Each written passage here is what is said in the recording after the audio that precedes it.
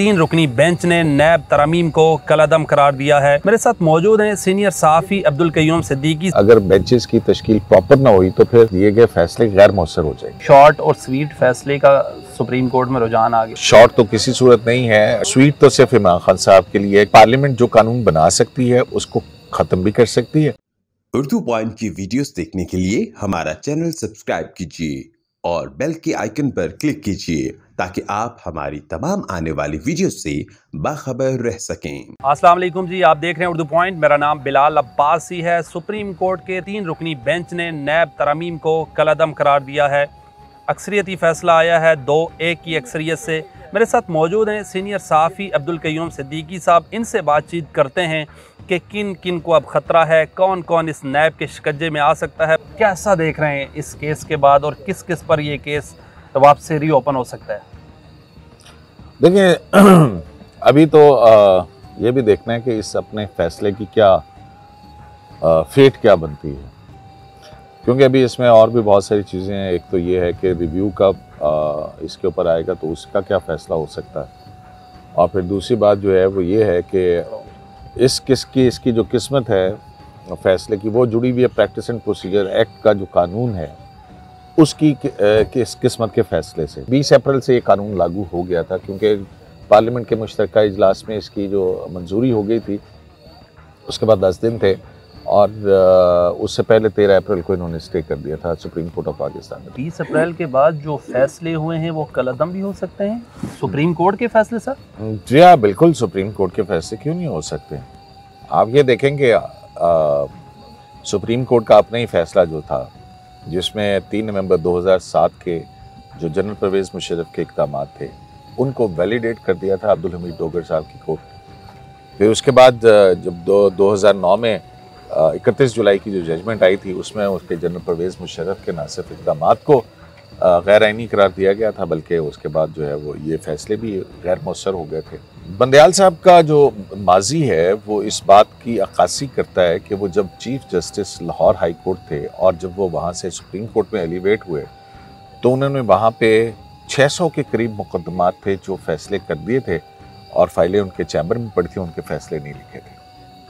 ये एक स्वीट फैसला ये और शॉर्ट फैसला ये क्या है? इस पर तो बार्स भी बड़ा एतराज़ कर रही हैं। शॉर्ट और स्वीट फैसले का सुप्रीम कोर्ट में रुझान आ गया। देखिए, बात ये नहीं है कि शॉर्ट एंड स्वीट फैसला जो है वो किसके लिए स्वीट है और किसके लिए शॉर्ट तो किसी सूरत नहीं है। 58 सफ़हात का फैसला है, और स्वीट तो सिर्फ इमरान खान साहब के लिए है क्योंकि उनकी दरख्वास्त काबिल कबूल ठहरी, और वो भी एक बहुत बड़ा एक जो प्रिंसिपल है ट्राइकॉटमी ऑफ पावर का जो इख्तलाफ करते हैं जस्टिस मंसूर अली शाह, कि ये पार्लियामेंट का अपना इख्तियार है कि पार्लियामेंट जो कानून बना सकती है उसको ख़त्म भी कर सकती है, और जो कानून ख़त्म कर सकती है वो कानून बना भी सकती है, और जो कानून बना हुआ है उसके अंदर तरमीम भी कर सकती है। जो 240 मिलियन लोगों की जो विजडम है, मुंतखब नुमाइंदा पार्लियामेंट है, वो उसका ये इख्तियार है कि वो ये लेजिस्लेशन कर सकती है। लेकिन अगर सिर्फ इसी बुनियाद के ऊपर अगर आपने कानून साजी को करना शुरू कर दिया तो फिर तो कानून पार्लियामेंट को बेवकूफ़ करने वाली बात है। सिद्दीकी साहब, मैं खुद कानून का स्टूडेंट हूँ। हम तो यही पढ़ रहे हैं कि सुप्रीमेसी ऑफ लॉ और पार्लियामेंट के इख्तियार है बिल कानून साजी करना, चाहे कोई बिल पास करे या कोई ऑर्डिनेंस तो प्रेसिडेंट लेके आते हैं। ये ठीक है कि कुछ फैसले हैं जिसके अंदर कहा गया कि जो बुनियादी हकूक़ से मुतसादिम कवानीन होंगे तो फंडामेंटल राइट्स है वो, हाँ, फंडामेंटल राइट्स है। अब लेकिन अगर आप खींचतान के कुछ चीज़ों को फंडामेंटल राइट्स में, अगर राइट टू लाइफ तो एक उसकी एक आप जितनी बड़ी मर्जी वो कर लेते हैं, लेकिन जो पॉलिटिकल विजडम है, जो पार्लियामेंट की विजडम है, उसमें अदालतें कवानीन को बचाती हैं, कलअदम नहीं करती। कौन कौन से फंडामेंटल राइट्स मुतासिर हो रहे थे नैब कानून की वजह से जिसको कलअदम करार दिया है और जनरल मुशर्रफ के बनाए हुए नैब को फिर ताकतवर किया?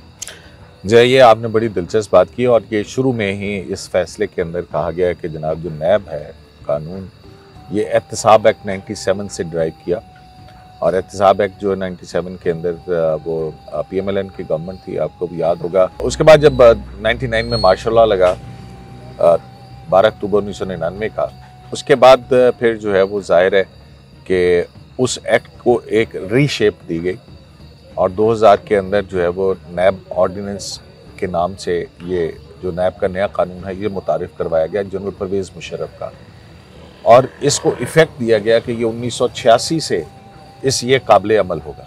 अब 1986 का पीरियड और उससे ऑनवर्ड जो भी मामला थे उनको इस कानून की जद के अंदर ले आया गया, और बुनियादी तौर पर जैसे कि सुप्रीम कोर्ट ने अपने फैसलों में लिखा है, ख्वाजा साद रफ़ी के फैसले के अंदर जस्टिस मकबूल बाकर की जजमेंट है कि ये नैब का कानून जो है वो पॉलिटिकल इंजीनियरिंग के लिए सियासतदानों के बाजू मरोड़ कर उनकी वफादारियां बदलने के लिए इस्तेमाल किया गया, और ज़्यादातर ऐसा ही हुआ। इसके बाद फिर हमने देखा था कि अतर मिनल्लाह साहब ने कई दफ़ा कहा, अतर मिनल्लाह साहब ने तो भी कहा होगा, लेकिन ये सुप्रीम कोर्ट की जजमेंट है ये। तो बहरहाल उसको अपार्ट फ्रॉम दिस, तो इसमें जो था इस ड्रैकोनियन कानून जो था उसके अंदर पार्लियामेंट ने तरमीम की।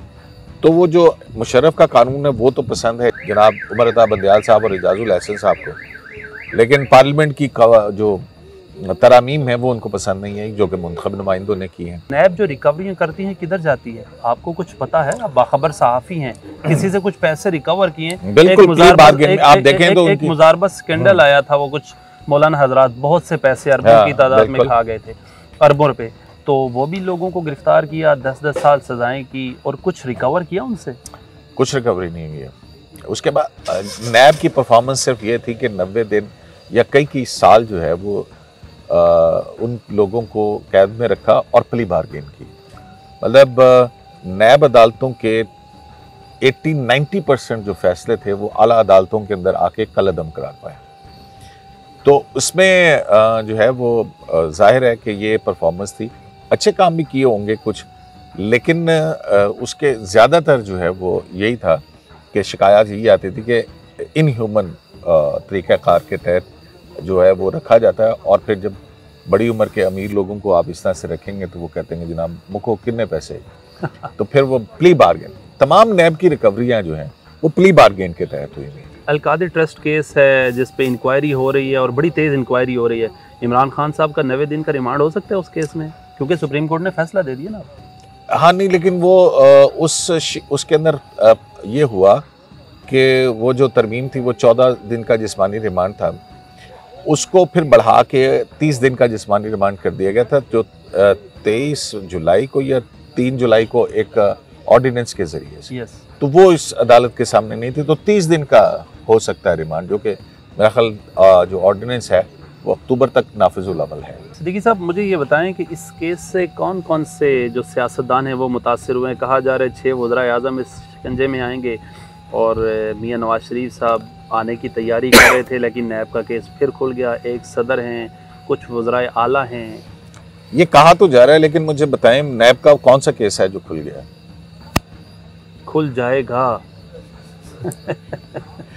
देखें अभी तक बहुत ही इसके ऊपर चीज़ों पे जो है ना वो सब थोड़ी सी धुंध है बहुत ज़्यादा।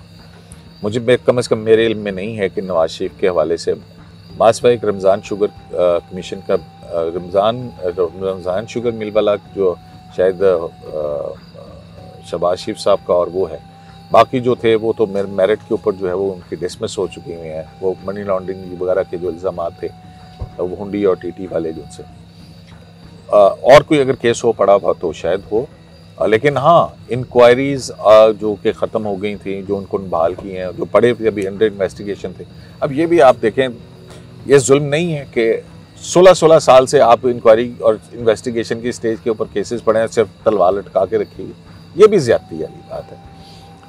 बहरहाल जो इस कानून के ज़्यादातर इफ़ेक्टिव होंगे वो मेरा ख्याल पाकिस्तान पीपल्स पार्टी से ताल्लुक़ रखने वाले सियासतदान जो हैं वो उसका शायद वो बनेंगे, और फिर लामहला इमरान खान साहब ख़ुद भी अलकादिर ट्रस्ट केस के अंदर अगर ये बरकरार रहता है, ये तरामीम जो है कलअदम करार देने का फैसला बरकरार रहता है, तो ये इनके लिए ज़ाहिर है एक हर्डल तो होगी कानूनी तौर पर। यूसुफ रज़ा गिलानी साहब, आसिफ अली जरदारी साहब इस केस के शिकंजे में आ सकते हैं, और भी पीपल्स पार्टी के रहनुमा मुराद। देखिए मैं वही कह रहा हूँ ना आपको कि अभी इसके बारे में हतमी तौर पर आप कुछ नहीं कह सकते, क्योंकि एक तवील इसके अंदर लिटिगेशन और लीगल पॉइंट्स जो हैं वो इन्वॉल्व हैं, जब तक कि वो हतमी तौर पर फैसला नहीं हो जाते।